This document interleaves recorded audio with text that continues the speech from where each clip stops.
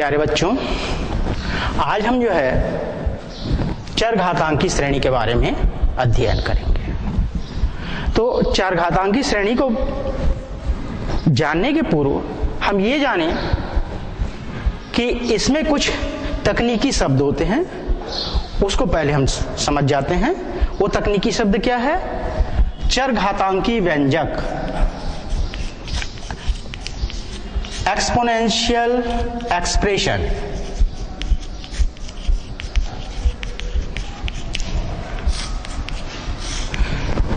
चरघातांकी व्यंजक की क्या परिभाषा होगी?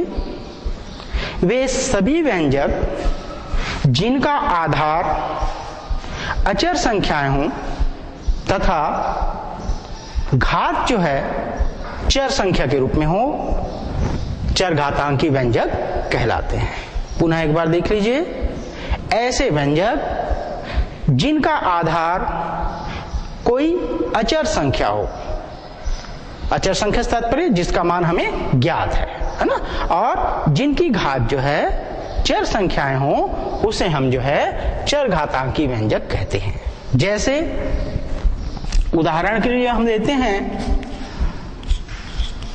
10 की घात x, a की घात x, पाई की घात x, e की घात x इत्यादि।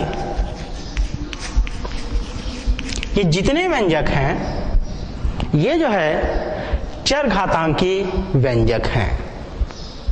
इसमें आप देखते हैं कि 10, पाई, e ये एक वास्तविक संख्या है, इनका एक निश्चित मान होता है, तथा a कोई स्वेच्छ अचर राशि है। एवं जो आप घात के रूप में देख रहे हैं x, ये जो है चर संख्या है। चर संख्या मतलब इसका मान बदलते रहता है, इसका मान परिवर्तनशील है। ठीक है, तो यहां हम देखते हैं कि ये जो 10, पाई और e ये कैसी संख्याएं हैं? वास्तविक संख्याएं हैं। ये जो है वास्तविक संख्याएं हैं।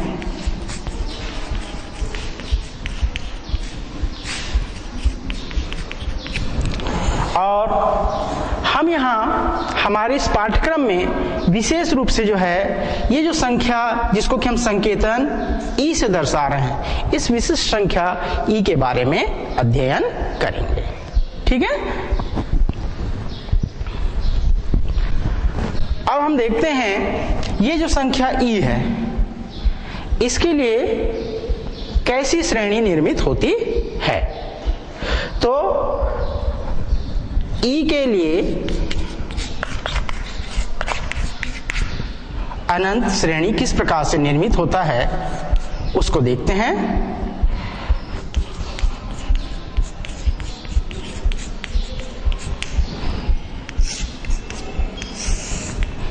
जैसे कि आपने जो है पिछले अध्याय में पढ़ा है कि वे समस्त अनंत श्रेणियां जिनका सार्वनुपात का मान से कम होता है का योगफल एक परिमित संख्या प्राप्त होती है।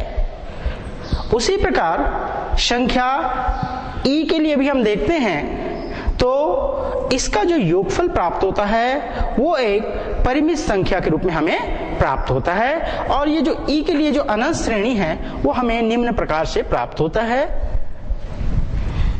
e बराबर होता है 1 धन 1 बटे फैक्टोरियल 1 धन 1 बटे फैक्टोरियल 2 धन 1 बटे फैक्टोरियल 3 धन 1 बटे फैक्टोरियल n धन ये अनंत।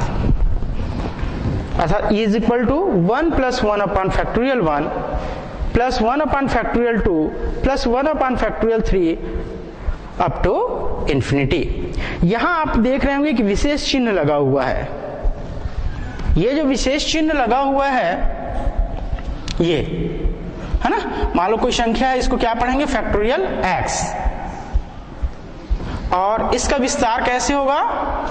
तो इसका विस्तार इस प्रकार से होता है x into x minus 1 into x minus 2 up to 3 2 1। और ये सभी का जो संक्षिप्त रूप क्या किस रूप में हम लिखते हैं, उसको फैक्टोरियल x के रूप में लिखते हैं।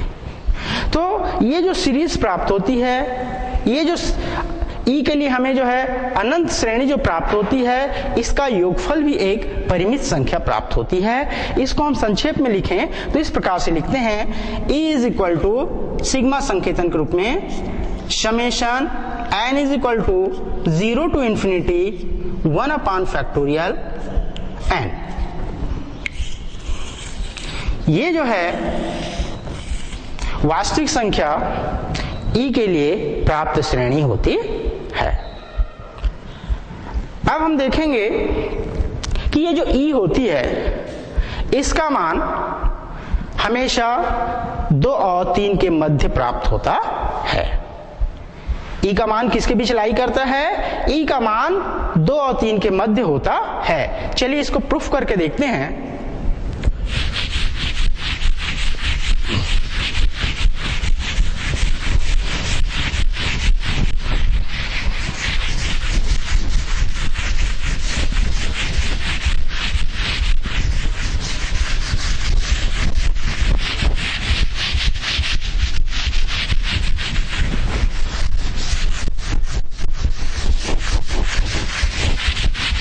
हमें सिद्ध करके देखना है कि ई का मान 2 और 3 के मध्य होता है। ये जो कथन है, स्टेटमेंट है, परीक्षा की दृष्टि से भी काफी महत्वपूर्ण है। परीक्षा में इसे सिद्ध करने के लिए पूछा भी जाता है ना। तो हमें यह सिद्ध करके दिखाना है कि ई का मान 2 और 3 के मध्य होता है। कैसे सिद्ध करेंगे? चलिए इसका सिद्ध करते हैं हम प्रूफ।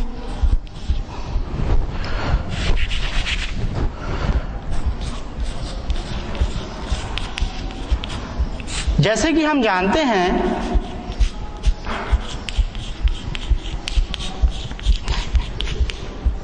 श्रेणी ई का मान क्या प्राप्त होता है? E is equal to 1 plus 1 upon factorial 1 plus 1 upon factorial 2 plus 1 upon factorial 3 plus up to infinity.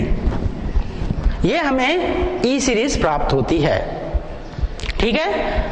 इस श्रेणी के प्रथम 2 पदों का यदि हम अवलोकन करें तो प्रथम 2 पदों का अवलोकन करें तो एक, और चूंकि फैक्टोरियल 1 का मान भी 1 होता है। कितना होता है? 1 होता है। फैक्टोरियल 1 की वैल्यू क्या होती है? 1 होती है। इसलिए यदि इस सीरीज के इस श्रेणी के प्रथम 2 पदों का योग करें तो निश्चित रूप से इनका योग 2 होगा, और बाकी संख्याएं चूंकि धनात्मक रूप में है तो निश्चित रूप से यह जो श्रेणी है वो 2 से बड़ा है इसका। ठीक है। तो इसको हम लिखेंगे, स्पष्ट है कि श्रेणी के प्रथम 2 पदों का योग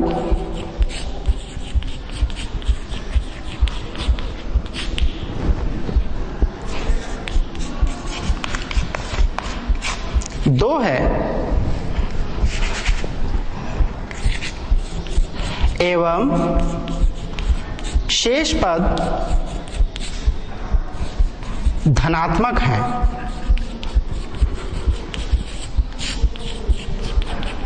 अतः ये जो हमारा ई का मान है उसका मान निश्चित रूप से जो है 2 से क्या होगा? बड़ा होगा। ठीक है। इसको हम मानते हैं समीकरण नंबर 1। पुनः हम आए, अब शेष पदों के लिए हम गणना करते हैं। तो पुनः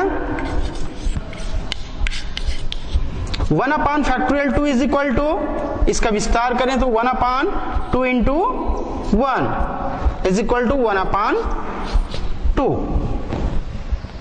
इसी प्रकार 1/3 के लिए लें तो 1/3 is equal to 1/3 into 2 into 1 is equal to 1/3 into 2। निश्चित रूप से ये मान जो है 1/2 टू द पावर 2 से छोटा प्राप्त होगा, क्योंकि इसका हर जो है बड़ी संख्या है और इसका हर छोटी संख्या है, तो निश्चित रूप से ये मान जो है बड़ा होगा, है ना। इसी प्रकार हम आगे निकाल के देखें तो हमें प्राप्त होगा 1/4 के लिए हम विस्तार करके देखते हैं तो 1/4 is equal to 1/4 into 3 into 2 into 1 is equal to 1/4 into 3 into 2। निश्चित रूप से यह मान 1/2 टू द पावर फैक्टोरियल 3 से जो है छोटा होगा। इसी प्रकार हम अन्य बिंदु के लिए जो है निकाल के देख सकते हैं। तो इन मानों को इस सीरीज के संगत जो हम तुलना करें तो हमें प्राप्त होता है, अतः E is equal to 1 plus 1/1 plus 1/2 plus 1/3 plus up to infinity के लिए हम देखें तो 1 प्लस यहां से हम एक साथ इसको एक पद लेके हल करें आगे एक साथ तो 1/1 plus 1/2 plus 1/3 plus up to infinity, या 1 प्लस आगे हल करने पर हमें क्या प्राप्त होगा, हम क्या लिख सकते हैं 1 प्लस 1/1 की वैल्यू क्या होती है 1 प्लस 1/2 प्लस 1/, ये जो है निश्चित रूप से लेस देन होगा, चूंकि हम लेस देन की स्थिति में लेते हैं तो 1/2 स्क्वायर देखिए तो ये वैल्यू यहां रखेंगे अप टू इन्फिनिटी, और ये एक अनंत गुणोत्तर श्रेणी है जिसका जो सार्वनुपात आप निकालेंगे तो आपको प्राप्त होगा 1/2। तो इस लेस देन 1 प्लस इसका मान निकालें तो अनंत गुणोत्तर श्रेणी का योगफल का सूत्र होता है S infinity is equal to A/1 minus R, जहां A जो है अनंत गुणोत्तर श्रेणी का प्रथम पद होता है, R जो है सार्वनुपात होती है। सार्वनुपात हम कैसे ज्ञात करते हैं, द्वितीय पद को प्रथम पद से भाग दे करके या तृतीय पद को द्वितीय पद से भाग देकर के। कहने का मतलब है कि श्रेणी में जो भी पद प्राप्त होते हैं, है ना, हम सक्सीसर को प्रेडिसेसर से भाग देते हैं, मतलब पश्च पद को पूर्व पद से जब भाग देते हैं तो जो अनुपात हमें प्राप्त होता है उसे हम क्या कहते हैं, सार्वनुपात, कॉमन रेशियो कहा जाता है। ठीक है, तो अनंत गुणोत्तर श्रेणी के योगफल का सूत्र होता है A/1 माइनस R। तो यहाँ निश्चित रूप से हम हल करके देखेंगे तो हमारा जो R का मान है 1/2 मिलेगा, तो इस श्रेणी में मान रखने पर हमें प्राप्त होगा A का मान 1/1 ऋण 1/2, या 1 प्लस इसको और आगे हल करेंगे तो हमें कितना प्राप्त होगा, ये 2/1 के रूप में प्राप्त होगा, अर्थात 1 plus 2 is less than 1 plus 2 3 is less then 3। ये हमारा ई का मान है ना, इसको हम समीकरण नंबर क्या दे देते हैं, 2 देते हैं। ठीक है, अब हम समीकरण 1 और समीकरण 2 की तुलना करें। समीकरण 1 और समीकरण 2 के रूप में तुलना करके देखते हैं तो क्या मिलता है कि निश्चित रूप से ई का मान तो 2 से बड़ा है लेकिन 3 से छोटा है, अर्थात ई का मान जो है 2 और 3 के मध्य होता है। ठीक है, ये हमारा प्रूफ हो गया। तो इसको हम अगले स्टेप में लिखेंगे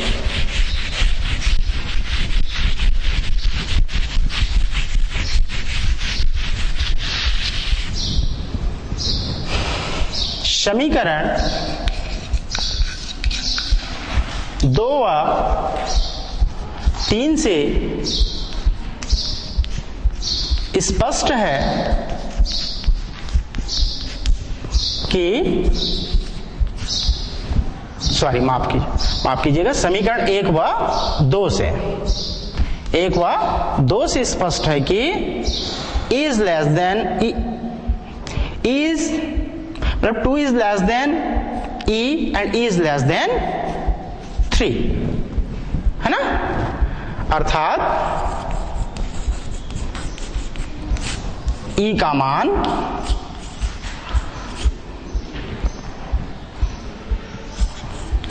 2 व 3 के मध्य होता है, और ये हमारा प्रूफ हो गया। क्लियर है? तो इस चीज को हमें ध्यान रखना है कि e का मान सदैव कौन कौन सी संख्या के बीच होता है, इसका वास्तविक मान किनके मध्य आता है, 2 और 3 के मध्य होता है। अब हम देखें एक महत्वपूर्ण गुणधर्म के बारे में चर्चा करते हैं। मिटा दें।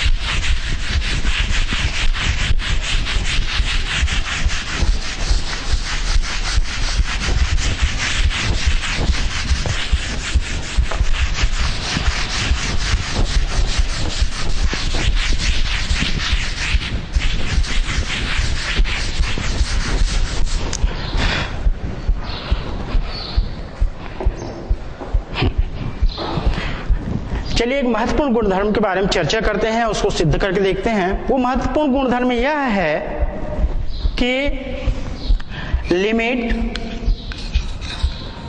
n tends to infinity 1 + 1/n to the whole power n is equal to e। ये हमको सिद्ध करके दिखाना है, ठीक है। तो कैसे सिद्ध करेंगे? ये हमारा एक गुणधर्म है, इसको हम सिद्ध करके दिखाते हैं। ये और कब अप्लाई होता है, कब लागू होता है? जब ये जो घात n का मान है वो 1 से बड़ा हो, ठीक है। चलिए इसकी उत्पत्ति करते हैं, इसको प्रूफ करते हैं।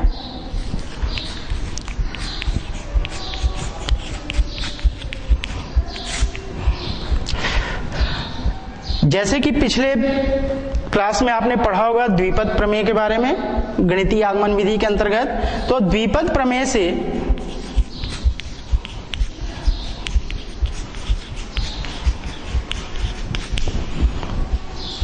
One plus 1/n to the whole power n का विस्तार करने पर यह हमें प्राप्त होगा 1 + n into 1/n plus n into n - 1 upon factorial 2 into 1/n square plus n into n - 1 n - 2 upon factorial 3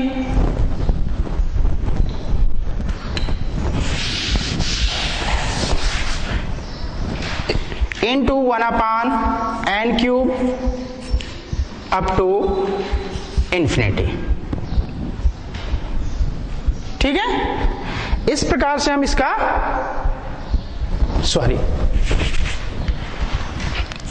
ये इसका जो है इस प्रकार से विस्तार होते जाएगा।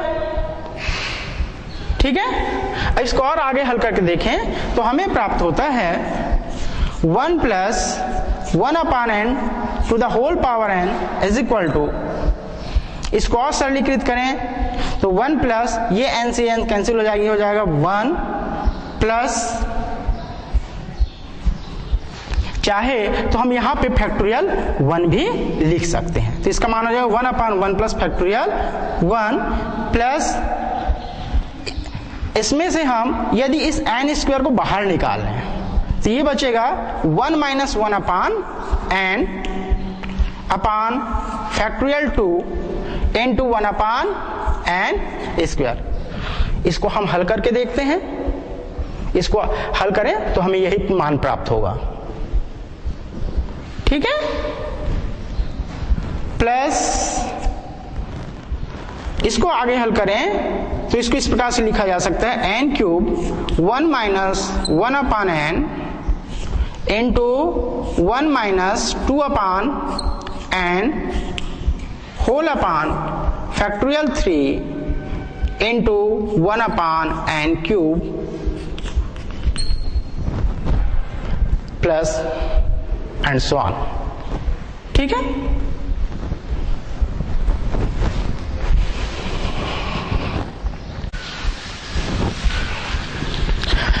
तो हम देखते हैं इस श्रेणी में इस पद से आगे हल करने पर 1 प्लस ये n से n कैंसिल हो गई, इसकी वैल्यू आई 1/(1) प्लस इसको और सरलीकृत रूप में हम हल करते हैं तो ये हमें प्राप्त होता है n² 1 - 1/n upon factorial 2 into 1/n² plus n³ 1 - 1/n into 1 - 2/n whole upon factorial 3 into 1/n³ plus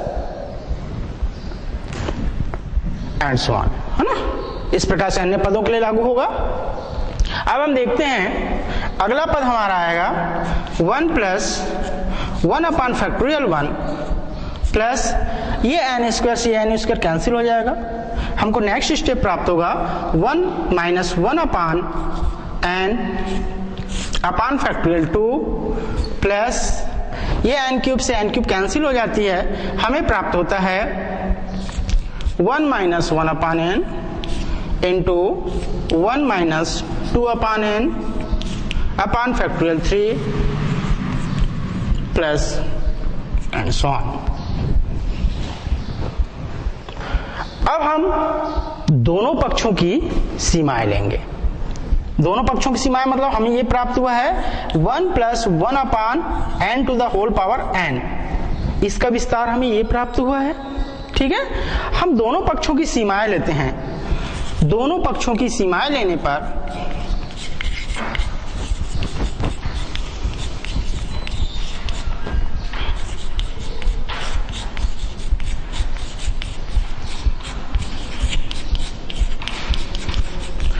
जबकि ये जो हमारा n का मान है वो अनंत की ओर प्रवृत्त होता है। ये n टेंड्स टू इन्फिनिटी का मतलब ये है कि जैसे जैसे इस n का मान अनंत की ओर प्रवृत्त होता है तो उस दशा में दोनों पक्षों की सीमाएं लेने पर हमें क्या मान प्राप्त होता है। तो ये हम देखेंगे कि जब n का मान अनंत की ओर प्रवृत्त होता है तब निश्चित रूप से तब 1/n 2/n 3/n इसी प्रकार अन्य पद जो है शून्य की ओर प्रवृत्त होते हैं।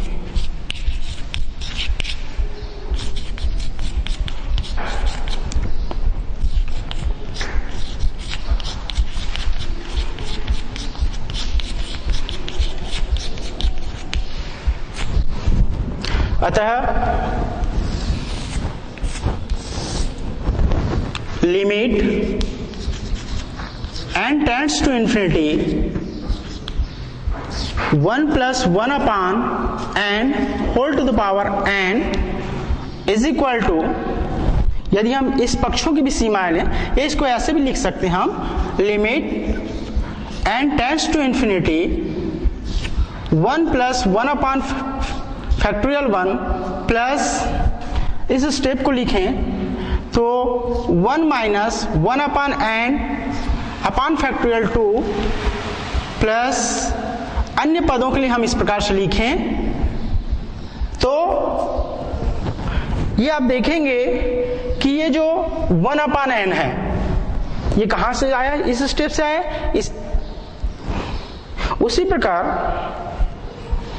ये जो 2 अपॉन n है, ये सब किसकी ओर प्रवृत्त होते हैं, शून्य की ओर प्रवृत्त होते हैं, मतलब इनका मान लगभग शून्य के निकट हमको प्राप्त होता है। तो इस प्रकार से हमें ये श्रेणी प्राप्त होगी 1 + 1 upon factorial 1 plus 1 upon factorial 2 plus 1 upon factorial 3 up to infinity. और ये हमें कौन सी श्रेणी के रूप में प्राप्त हुआ था, ई के रूप में। परंतु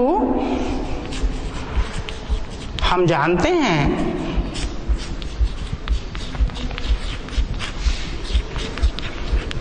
कि E बराबर होता है 1 + 1 upon factorial 1 plus 1 upon factorial 2 plus 1 upon factorial 3 up to infinity.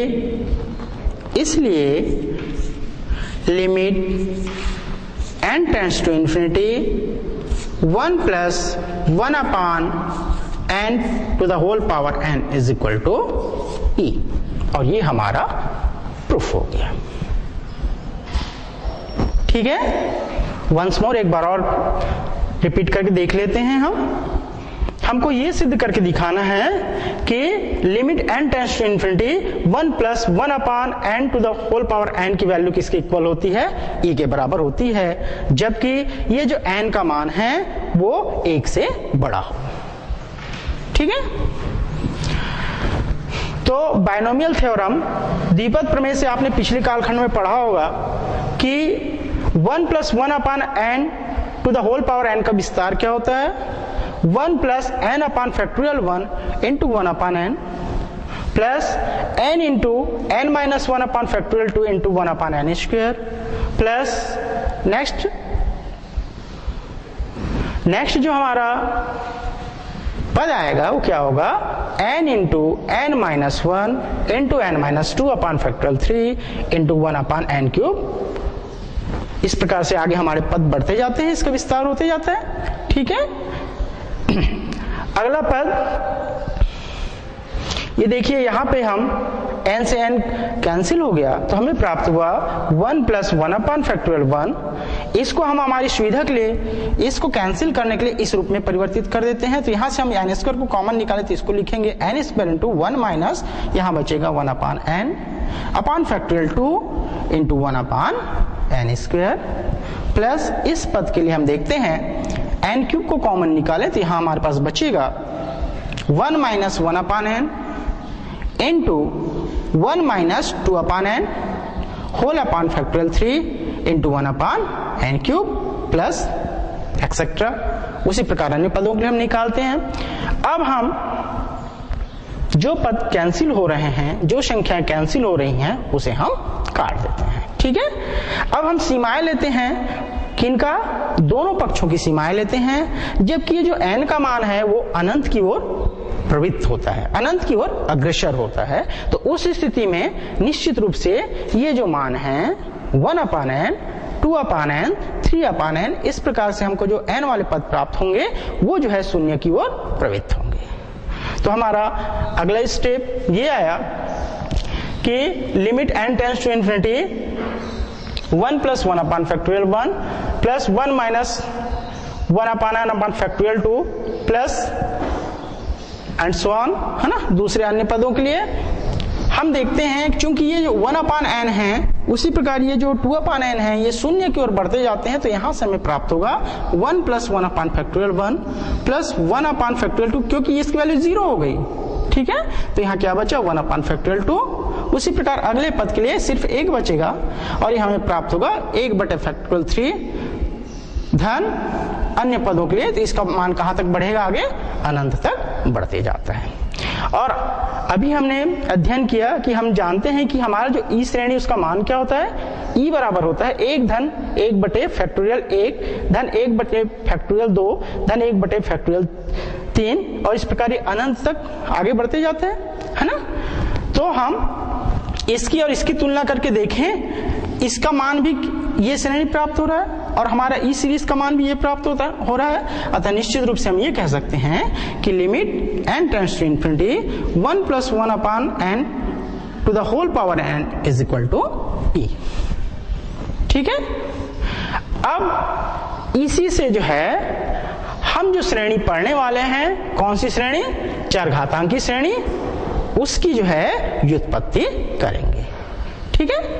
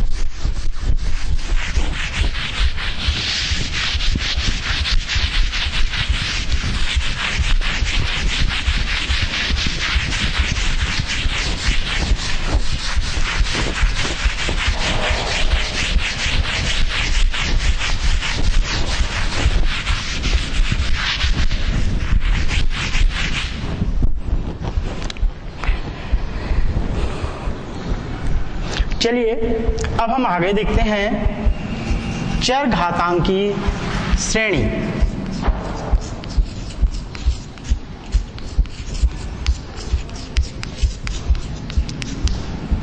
चरघातांकी श्रेणी क्या होती है, एक श्रेणी जो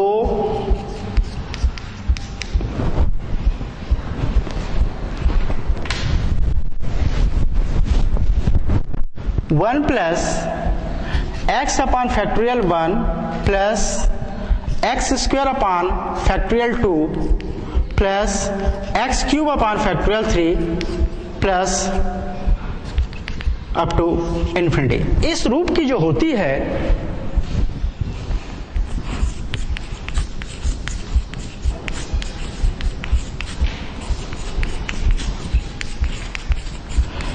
उसे चरघातांकी श्रेणी कहते हैं।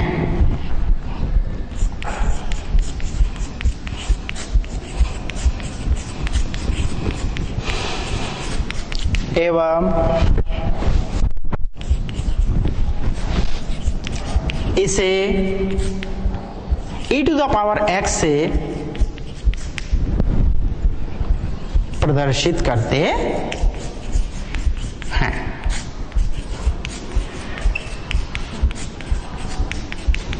इस प्रकार हमें चरघातांकी श्रेणी क्या प्राप्त होगी, e⁻x का विस्तार प्राप्त होगा। e⁻x is equal to 1 plus x/(1) plus x² plus x³ plus up to infinity. ठीक है, ये श्रेणी क्या कहलाती है, चरघातांकी श्रेणी कहलाती है। चलिए हम देखते हैं कि इस सूत्र की, इस श्रेणी की व्युत्पत्ति कैसे होती है। ठीक है, इसकी व्युत्पत्ति लगभग उसी प्रकार से होगी जैसे कि अभी हमने किसके बारे में निकाल के पढ़ा कि limit n tends to infinity 1 + 1 upon n to the whole power n is equal to e। ठीक है, उसी को ध्यान में रख करके इसका निष्पादन करेंगे। तो चलिए प्रूफ करके देखते हैं हम।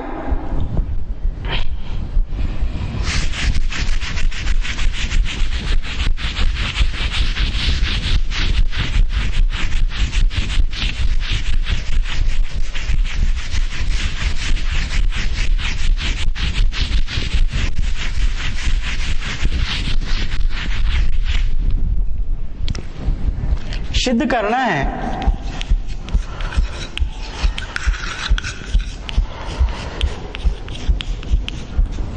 e to the power x is equal to 1 plus x upon factorial 1 plus x square upon factorial 2 plus x cube upon factorial 3 plus up to infinity. ये हमको सिद्ध करके दिखाना है।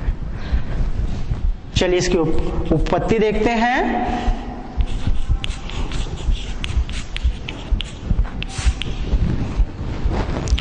यदि n इज ग्रेटर देन 1 हो, अर्थात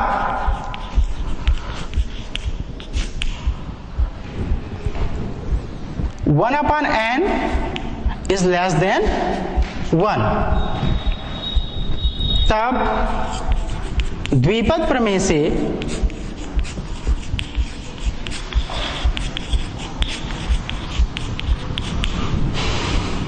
one plus 1 upon n to the whole power nx, इसका विस्तार देखते हैं। इसका विस्तार हमें प्राप्त होगा 1 plus nx upon factorial 1 into 1 upon n plus nx into nx minus 1 upon factorial 2 into 1 upon n square plus nx into nx minus 1 into nx minus 2 whole upon factorial 3 into 1 upon n cube plus up to infinity. ठीक है, इसको और आगे सरलीकृत करें तो हमें प्राप्त होगा 1 प्लस एन एक्स अपान factorial 1 into 1 upon n plus यहां से इस एन स्क्वायर को कॉमन निकाल लूं तो ये होगा, इसको इस लिख सकते हैं n square x into x minus 1 upon n upon factorial 2 into 1 upon n square plus यहां से इस n क्यूब को कैंसिल करना है हमें, तो इस n क्यूब को बाहर निकालने कॉमन रूप में n क्यूब यहां से बचा x into x minus 1 upon n into x minus 2 upon n whole upon factorial 3 into 1 upon n cube plus up to infinity. ठीक है, यहां जो पद कैंसिल होते हैं काट देते हैं। ये देखिए इस n से ये n कैंसिल हो जाएगी, यहाँ पे यहाँ n स्क्वायर से ये n स्क्वायर कैंसिल हो जाएगी और इस पद में ये n क्यूब से n क्यूब कैंसिल हो जाएगी। उसी प्रकार बाकी पदों में कैंसिल होते चलेंगे। तो हमें प्राप्त हुआ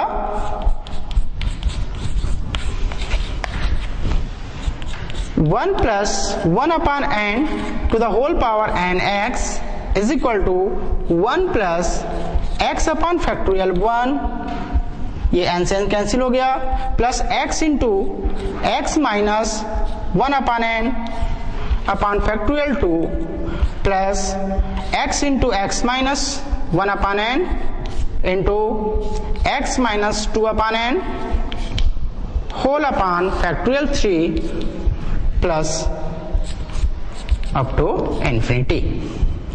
अब हम क्या करते हैं, दोनों पक्षों की सीमाएं लेंगे, दोनों पक्षों की लिमिट लेंगे जबकि n का मान इन्फिनिटी की ओर, अनंत की ओर प्रवृत्त होता है। तो दोनों पक्षों की सीमाएं लेने पर limit n tends to infinity 1 plus 1 upon n to the whole power n x is equal to limit n tends to infinity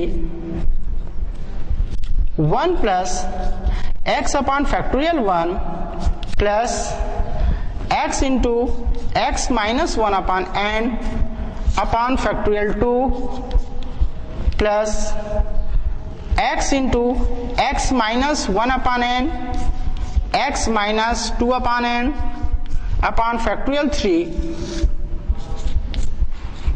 plus up to infinity.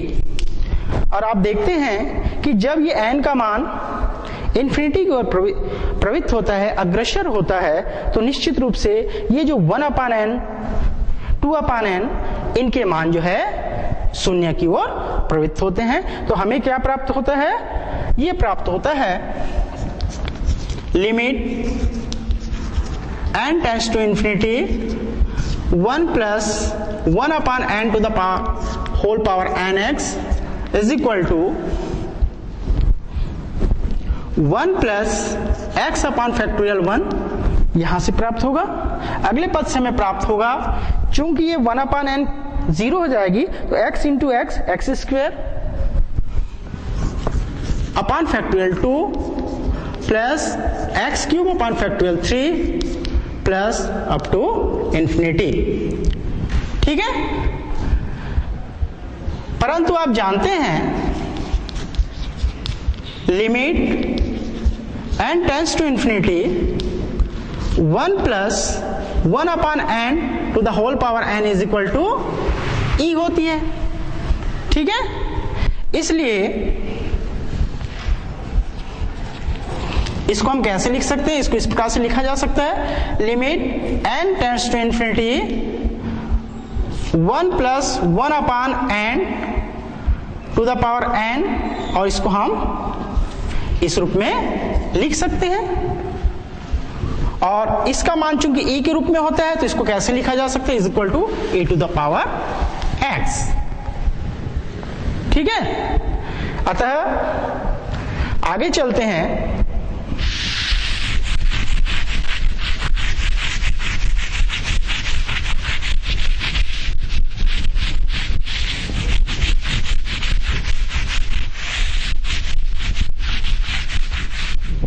तो हमें प्राप्त होगा इस पद की, इस समीकरण की इससे तुलना कीजिए तो हमें प्राप्त होगा, अतः e to the power x is equal to 1 plus x upon factorial 1 plus x square upon factorial 2 plus x cube upon factorial 3 up to infinity. और ये हमारा जो है कौन सी श्रेणी है? चरघातांकी श्रेणी, एक्सपोनेंशियल सीरीज है, एंड हेंस प्रूव्ड। ठीक है, तो ठीक है बच्चों, आज हमने जो है चरघातांकी व्यंजक क्या होता है उसके बारे में जाना, ई श्रेणी क्या होती है उसके बारे में जाना, ई का मान किनके मध्य स्थित होता है उसके बारे में जाना। ठीक है, अगले पीरियड में हम इस चरघातांकी श्रेणी पर आधारित कुछ और सूत्रों के बारे में अध्ययन करेंगे और संबंधित सवाल को जो है हल करेंगे। ठीक है, धन्यवाद।